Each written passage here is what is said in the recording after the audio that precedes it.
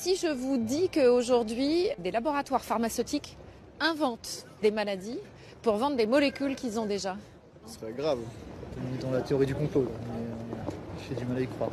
Certains laboratoires pharmaceutiques inventent, créent de toutes pièces des maladies uniquement dans le but de nous vendre toujours plus de médicaments. Grosso modo, il s'agit de partir de quelques éléments de la réalité, c'est-à-dire quelques éléments de maladie ou de troubles qui concernent quelques personnes. Et puis il s'agit de les rassembler, de les amplifier, faire gonfler beaucoup, pour faire croire que c'est un problème grave qui concerne beaucoup de gens. Les compagnies pharmaceutiques veulent des marchés toujours plus gros. Pour y arriver, elles créent de nouveaux médicaments pour soigner des maladies. Mais une autre façon de faire, c'est aussi de créer de nouvelles maladies pour vendre leurs médicaments. Quand on n'invente plus de médicaments, on étend le marché de chaque maladie. On étend le périmètre des maladies. Mais peu de gens ont vraiment conscience que les laboratoires passent en fait leur temps à tenter de modifier la notion même de maladie. Et en fait, c'est même dans leur intérêt de façonner notre propre perception des maladies. Si vous vous intéressez à ces maladies, dont les labos parlent sans arrêt, ce sont en général des maladies mal définies.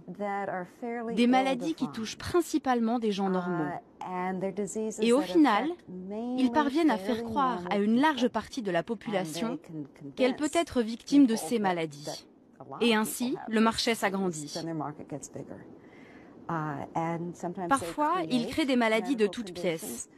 Parfois, ils étendent le périmètre des maladies. De toute façon, le marché s'agrandit. Une étude faite sur la population américaine montre comment, en changeant la virgule ou un chiffre d'un seuil, le nombre de patients augmente considérablement. Tenez, le diabète par exemple. Autrefois, on était diabétique au-delà de 140 mg par décilitre de sang. Mais en 1997, un comité de l'OMS a abaissé le seuil à 126. Du coup, 1 700 000 Américains supplémentaires sont catalogués comme diabétiques. Même chose pour le cholestérol. En 1998, le seuil passe de 240 à 200, plus 42 600 000 patients aux États-Unis. 86% de clients en plus pour les firmes pharmaceutiques. Dans le monde, il n'y a plus que deux groupes de gens, ceux qui sont malades et ceux qui ne le savent pas encore. Et ça, c'est l'objectif des firmes pharmaceutiques.